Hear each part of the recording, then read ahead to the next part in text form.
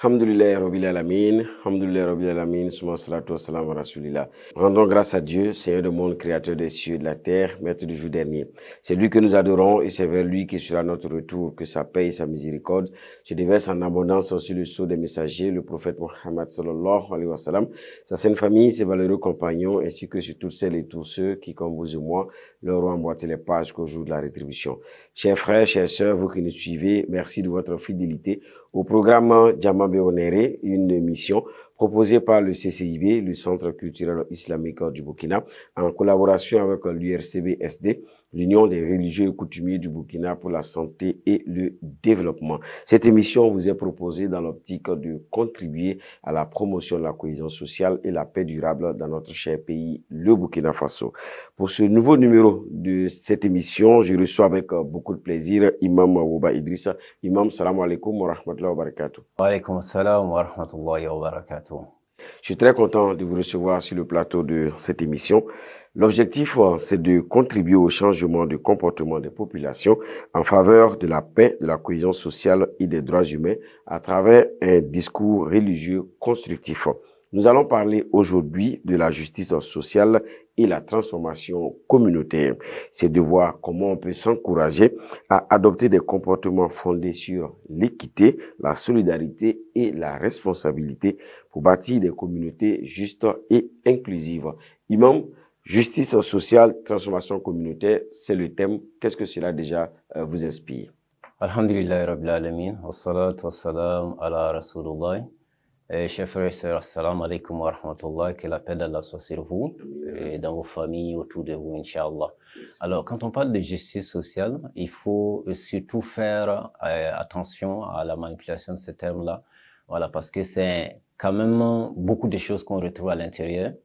Voilà, mais surtout, il faut se focaliser sur l'essentiel qui est que on vise à ce qu'on puisse avoir une égalité, voilà, des droits, voilà, inégalité des chances au niveau de la population, au niveau des communautés, voilà, pour pouvoir permettre à tout un chacun, à chaque individu, effectivement, de participer, voilà, activement au développement du pays.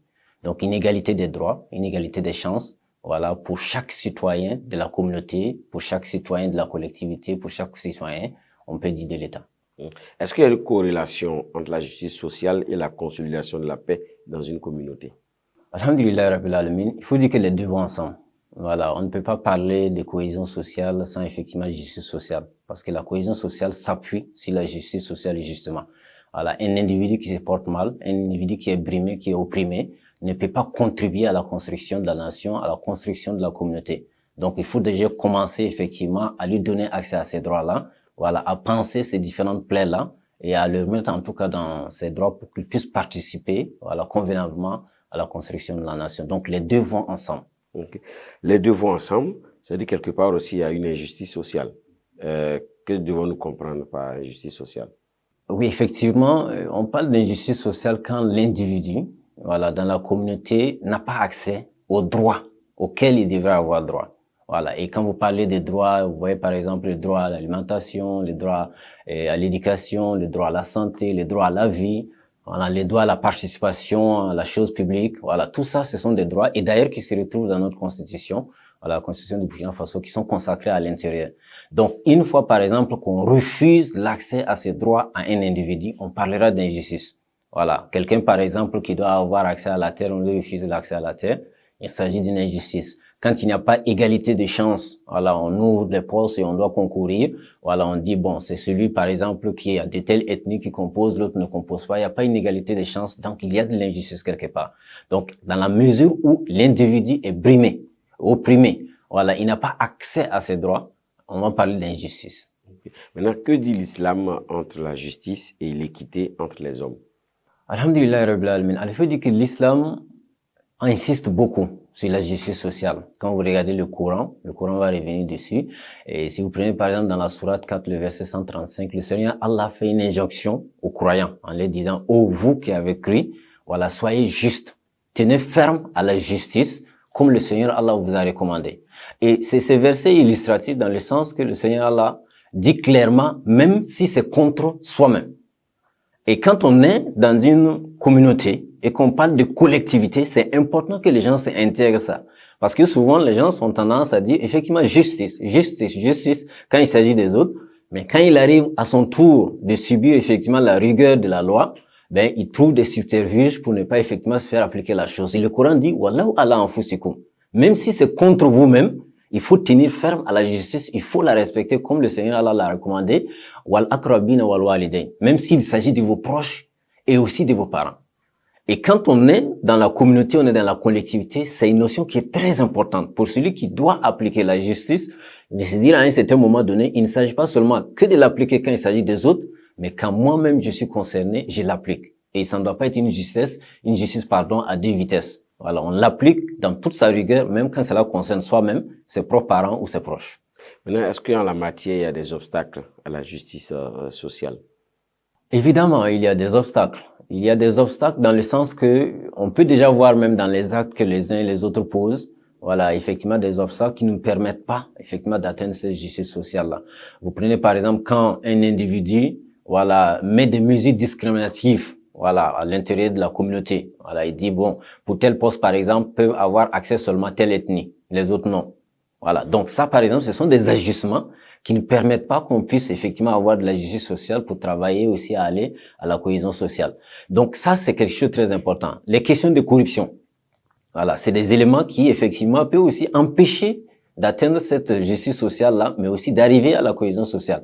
À partir du moment où, par exemple, on estime que bon, on peut effectivement violer les droits de quelqu'un, voilà, on peut juste le soudoyer pour pouvoir avoir tel droit auquel on n'a pas droit. À ce moment-là, ça veut dire qu'on est en train de piétiner sur les droits d'autres personnes.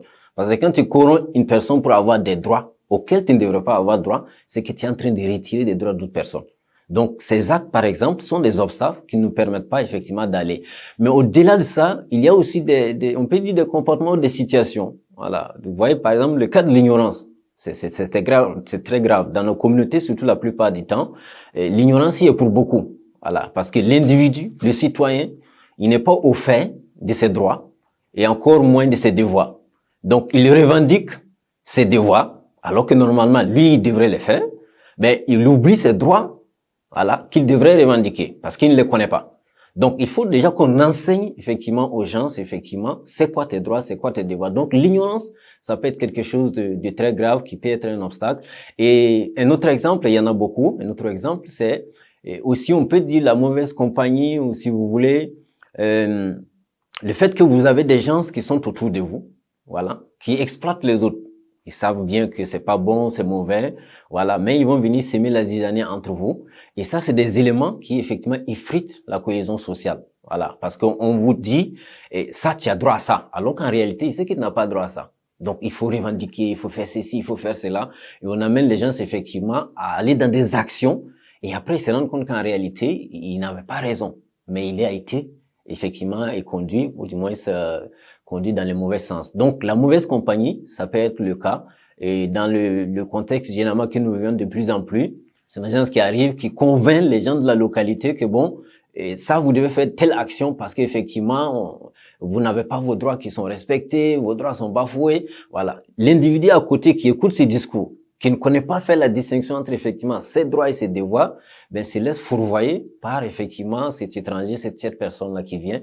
Et ça, c'est lésion de plus en plus, effectivement. Donc, c'est pourquoi il faut insister sur la sensibilisation, la connaissance, voilà, que les citoyens puissent connaître leurs droits et devoirs. Ça va vraiment beaucoup les aider et à pouvoir participer activement, effectivement, à cette justice sociale. Nous sommes avec Imam Oba Idrissa, avec lui les questions de justice sociale et promotion de la paix dans nos communautés et dans nos sociétés de façon globale. Maintenant, Imam, en quoi la justice sociale peut-elle contribuer à transformer positivement une communauté? Alhamdulillah Rabbil Alamin. Alors, on va prendre juste un exemple. Voilà. Disons par exemple que vous êtes dans une communauté, un individu a son champ. Voilà, c'est un exemple tout banal comme ça. Il a aussi son voisin qui a, je sais pas, son troupeau. Voilà. Et l'éleveur qui estime que le cultivateur, bon, il n'a pas droit effectivement à sa semence, à sa récolte, tout ça, etc. Il vient faire perdre ses animaux dans son champ. Voilà. Ces individus, ils sont dans une même communauté, dans une même société. Ils vivent en bonne intelligence. Voilà. Parce que l'éleveur à laisser ces animaux, voilà, venir brouter effectivement ses semis, ses récoltes, tout ça, etc. Mais vous voyez il va y avoir effritement de cette paix, de cette cohésion sociale. Donc, il est important de savoir que dans la mesure où on travaille ensemble, voilà, et qu'on arrive à respecter les droits des uns et des autres, on arrive à fédérer les différentes énergies et les volontés. Alors, on va y arriver comment? Parce que déjà, quand on respecte les droits du voisin, voilà, et que le voisin aussi respecte les droits de l'autre, on va cultiver ce qu'on appelle la fraternité. Voilà, l'amour du prochain. Et pour pouvoir asseoir un développement communautaire, on ne peut pas le faire sans cette fraternité, sans cet amour du prochain. Vous savez, il y a une recommandation que le professeur Ensemble a faite en disant « N'est pas de nôtre celui qui dort le ventre plein alors que son voisin dort affamé ». Voilà. Après, vous avez cette maxime qu'on a repris au niveau des socialistes en disant « Certains mangent, les autres regardent ». Ainsi naissent les révolutions. Voilà. Donc, il faut donner le droit à l'alimentation là. Il faut que les gens puissent avoir accès à manger. Sinon, pas à manger, c'est eux qui vont être effectivement, si vous voulez, les troubleurs, voilà, de la quiétude de demain. Voilà. Si quelqu'un a sa propriété, on lui refuse l'accès à la propriété, il va se donner le droit de se faire justice. Et lui, il va effriter cette cohésion sociale. Donc, la justice sociale, elle est indispensable pour asseoir cette cohésion sociale, pour travailler effectivement à avoir ce développement communautaire-là. Et l'autre élément qu'il faut ajouter, c'est qu'à partir du moment où le citoyen se sent concerné par son prochain, par son voisin, on cultive ce qu'on appelle l'intérêt général, l'intérêt collectif. La communauté ne peut pas se développer sans ce sens d'intérêt général. Aujourd'hui, vous avez tous ces termes de patriotisme, civisme. En réalité, il s'agit de ça. Quand l'individu sent qu'il fait corps avec l'autre, qu'il a le même intérêt que l'autre, il est engagé à pouvoir protéger cet intérêt-là. Et c'est comme ça qu'on arrive à la cohésion sociale, à cultiver effectivement le développement communautaire. Alors que l'injustice sociale, au contraire, va effriter, éroder effectivement ces sentiments-là d'appartenance collective. Et donc, chacun va se retrouver dans si vous voulez, une île d'égoïsme. Et en fin de compte, personne ne s'en sortira. On va se retrouver à se confronter les uns contre les autres. On comprend par là que c'est important de promouvoir la justice sociale. Et en la matière, quel peut être le rôle des coutumiers et des religieux dans la promotion de la justice sociale? Alhamdulillah Rabbil Alamin. Les religieux et les coutumiers ont un grand rôle à jouer. Voilà. Parce que déjà, ils sont ce qu'on appelle les dépositaires des valeurs. Voilà. Dans une communauté, dans une société, voilà, pour qu'ils puissent avoir la cohésion sociale, la justice sociale, on a besoin des valeurs. Voilà. Et c'est les valeurs-là qui cimentent cette cohésion sociale-là. Et les religieux et les coutumiers sont les dépositaires de ces valeurs-là. Quand on parle de patriotisme, quand on parle d'honnêteté, quand on parle de générosité, quand on parle de solidarité, ce sont des éléments, des valeurs dont on a besoin dans la communauté, dont les religieux et les coutumiers sont dépositaires. Donc ça, il faut ils prennent conscience de ces dépôts qu'ils ont. Voilà. Et le reste des actions qu'on va leur demander découle de là. Voilà. À partir du moment où ils ont effectivement ces rôles de dépositaires-là, mais on va leur demander d'être les vecteurs de transmission. Donc, et ils doivent être dans des situations où, effectivement, ils sensibilisent les jeunes, les femmes, les communautés, les autorités, tout le monde pour dire, effectivement, on a, effectivement, un bien commun qui est là, préservons ce bien commun-là pour qu'on puisse tous vivre ensemble. Et ça, c'est leur rôle premier, effectivement, de pouvoir sensibiliser. Le deuxième rôle, comme j'ai dit, ils sont dépositaires, c'est qu'eux-mêmes, ils incarnent ces valeurs-là. Ils doivent être des modèles vivants.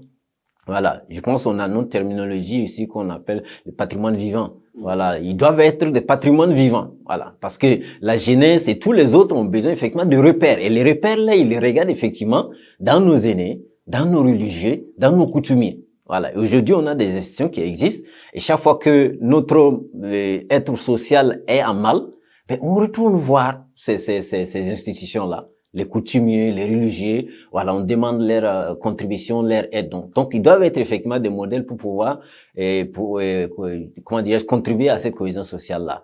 Et enfin, entre autres idées, c'est qu'ils doivent être aussi dans, j'appelle ça, dans l'entreprise sociale, si on peut le dire ainsi. Voilà, dans l'action, du sens qu'eux aussi, ils ont des initiatives. Mettre des actions en place. Et c'est là que moi, je salue cette idée de l'IRCB qui existe et qui fonctionne très bien. Voilà, ça fait déjà beaucoup d'années qu'on est là. Voilà, des religieux et les coutumiers qui sont mis ensemble, effectivement, pour promouvoir ces valeurs de vivre ensemble, de cohésion.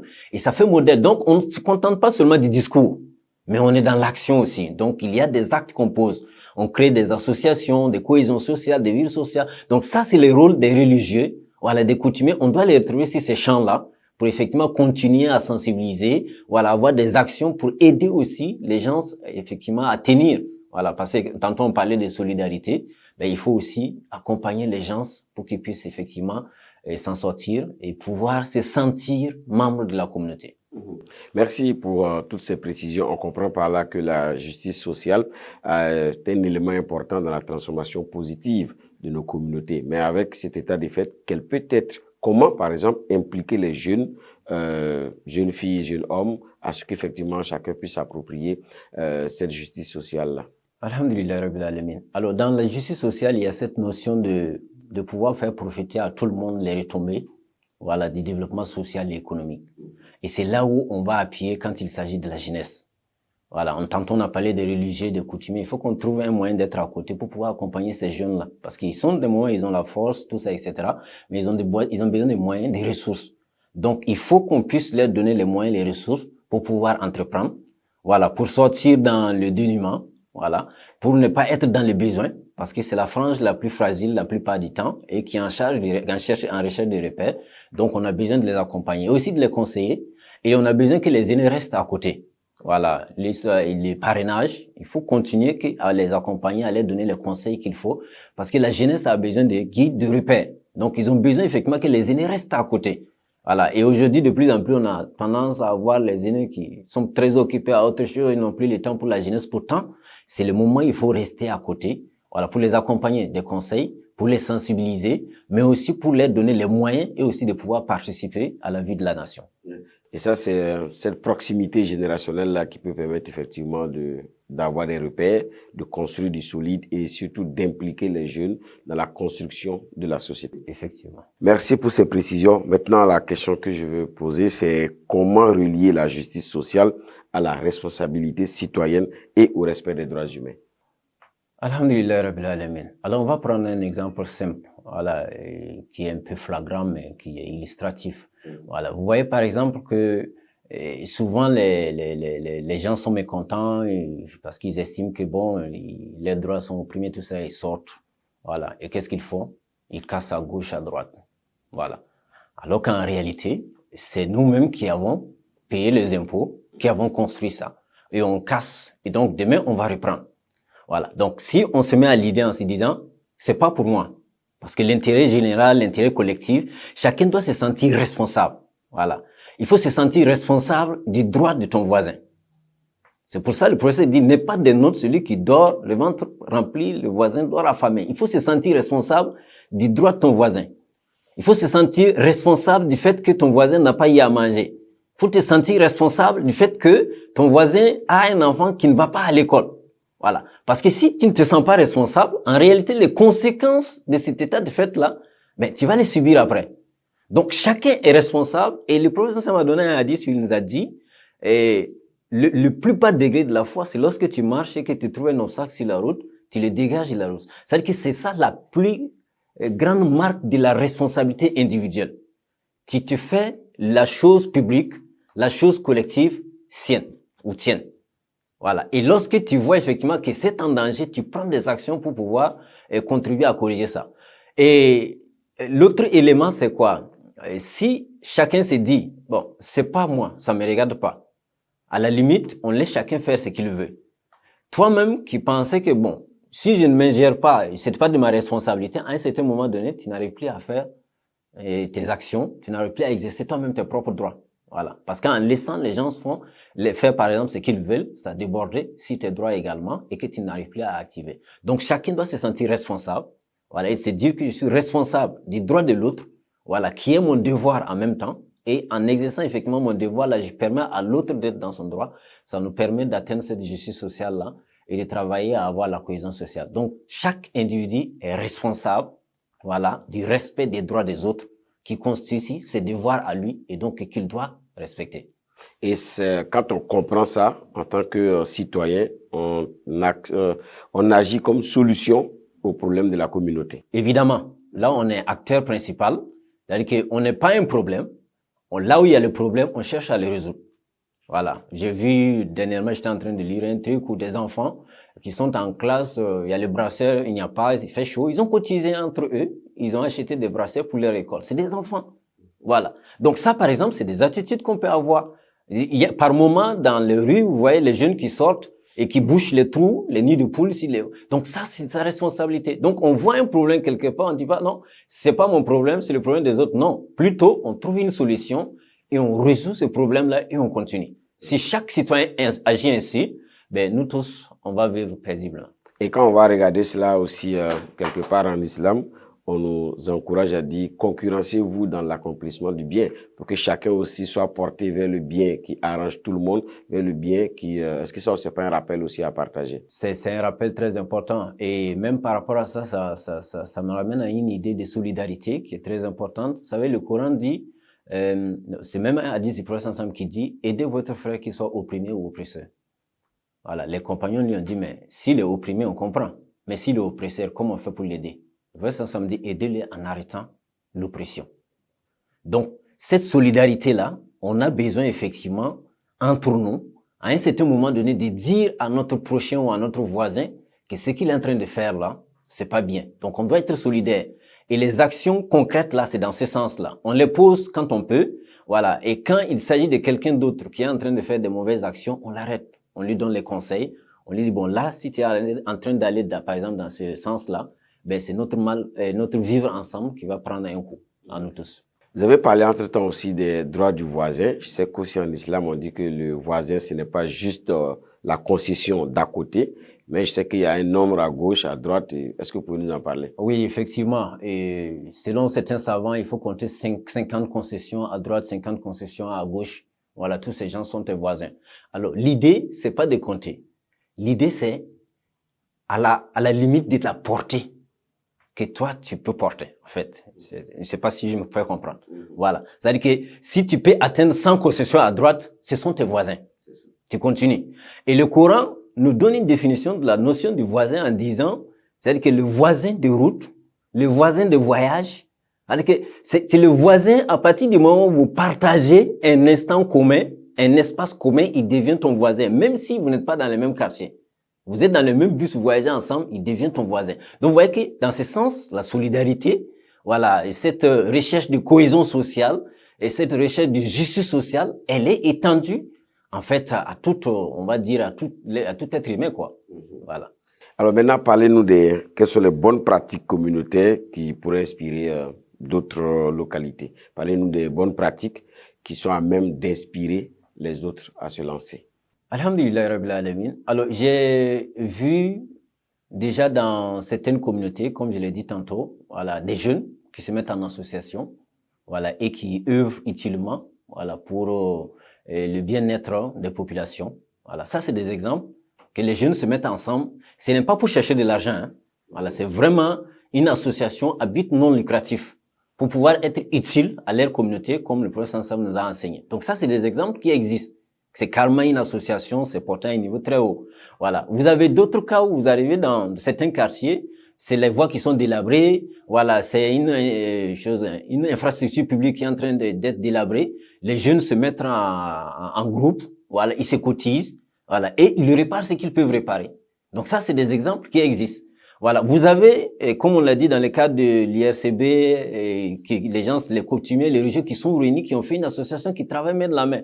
Il y a des communautés quand vous arrivez, mais les religieux ne se parlent pas entre eux. Voilà, les coutumiers ne se parlent pas entre eux. C'est des guerres qui ne finissent pas. Donc quand on arrive à avoir que c'est pas des communautés entre elles-mêmes des mêmes confessions, mais coutumiers et religieux ensemble, c'est des actions vraiment à valoriser qu'il faut promouvoir partout, là où on est, là où on arrive. Parce que la plupart du temps, quand la cohésion commence à s'effriter, c'est que ces deux entités-là ne se parlent pas. Donc ça, c'est des exemples déjà qu'on peut effectivement avoir. Et vous avez d'autres exemples où les gens se cotisent. Voilà, lui-même, il a de l'argent, il regarde dans les quartiers. Voilà, il y a de l'école, on a dit droit à l'éducation, droit à la santé. L'État a construit effectivement les écoles, il a construit les centres de santé, mais encore il faut quand même avoir de l'argent pour honorer son ordonnance. Donc vous avez des gens qui sont dans les quartiers, qui sont plus aisés, voilà, Dieu leur a nanti de plus de moyens que les autres, voilà, qui portent volontaires d'aider les veuves, les orphelins, voilà, d'aider les gens pour les scolariser. Et ça, ce sont des actions souvent qui sont très silencieuses, mais qui sont très efficaces. Voilà, et ça permet effectivement de lutter contre l'injustice sociale et de pouvoir renforcer cette cohésion sociale-là qui nous est cher à nous tous. D'accord. Merci beaucoup, Imam. Avant de se quitter, parce que nous sommes au terme de notre émission, un dernier mot à l'endroit de tous ceux-là qui nous suivent sur la justice sociale et la transformation positive communautaire. Alhamdulillah Rabbil Alamin. Alors, il faut que chacun retienne, voilà, que la justice sociale, elle est indispensable pour qu'on puisse avoir une communauté stable, une communauté de paix, et afin qu'on puisse ensemble construire le développement. Sans justice sociale, on ne peut pas y arriver. Et que c'est de la responsabilité de tout un chacun. C'est pas seulement une responsabilité collective, une responsabilité étatique. Chaque individu à son niveau a quelque chose, a un rôle à jouer effectivement dans cette justice sociale-là, dans cette cohésion sociale. Et qu'il ne faut pas attendre effectivement que les choses se gâtent, voilà, avant de pouvoir agir. Partout là où on est, qu'on trouve des problèmes, quand on peut résoudre, on les résout. Voilà. Et ça, c'est quelque chose de très important. Et je vous laisse avec, effectivement, cette recommandation du professeur Sam qui dit, celui qui est témoin de quelque chose de mauvais, voilà, des difficultés, d'obstacles, de problèmes, de pas bien, de répréhensibles, qu'il le change ou qu'il corrige, qu'il trouve une solution à ça. Et il y a plusieurs degrés. C'est-à-dire que ça peut être par l'acte. Vous avez la possibilité de mettre la main à la pâte, comme on aime le dire. Ben, vous y allez de par vos membres. Si vous ne pouvez pas, c'est le conseil que vous donnez, c'est la bonne annonce, c'est l'avertissement. Voilà, c'est les recommandations que vous faites. Voilà, c'est des trucs, des instructions que vous donnez qui peuvent changer la situation. Vous les donnez. Ben, si vous ne pouvez pas, il faut pas vous joindre avec tout le monde. Voilà, pour vous en moquer, pour tourner ça en raillerie. Voilà, pour faire l'apologie du mal. Non. Il faut plutôt dégoûter la chose, et c'est le plus bas degré de la foi. Et je pense que c'est des choses qui sont à l'échelle humaine, voilà, accessibles à tout être humain. Et si on a des choses normalement autour de nous, on doit pouvoir les régler, voilà, sans attendre qu'il y ait une main extérieure qui nous apporte secours. Alors, nous avons tous compris, chacun de nous peut être un acteur de changement positif dans la société, faire sa part, apporter sa contribution, être nos solutions par rapport donc aux problèmes de notre communauté. C'est en cela qu'on va agir dans le sens de la justice sociale, comme l'a toujours voulu notre Seigneur. Merci à vous, Imam Oba Idriss. Ça a été un plaisir de vous avoir sur ce plateau. Merci. Et puis, on dit merci à vous qui êtes restés en notre compagnie pour suivre cette émission. Merci à l'équipe de réalisation de cette émission. Tout le plaisir était pour moi de vous présenter ce numéro de Diamant Béonéré, qui, je rappelle, est une émission proposée par le CCIB, le Centre culturel islamique du Burkina, en collaboration avec l'URCVSD, l'Union des religieux et coutumiers du Burkina pour la santé et le développement. On se donne rendez-vous au prochain numéro. D'ici là, portez-vous bien, que Dieu vous bénisse et que Dieu bénisse notre cher pays, le Burkina Faso.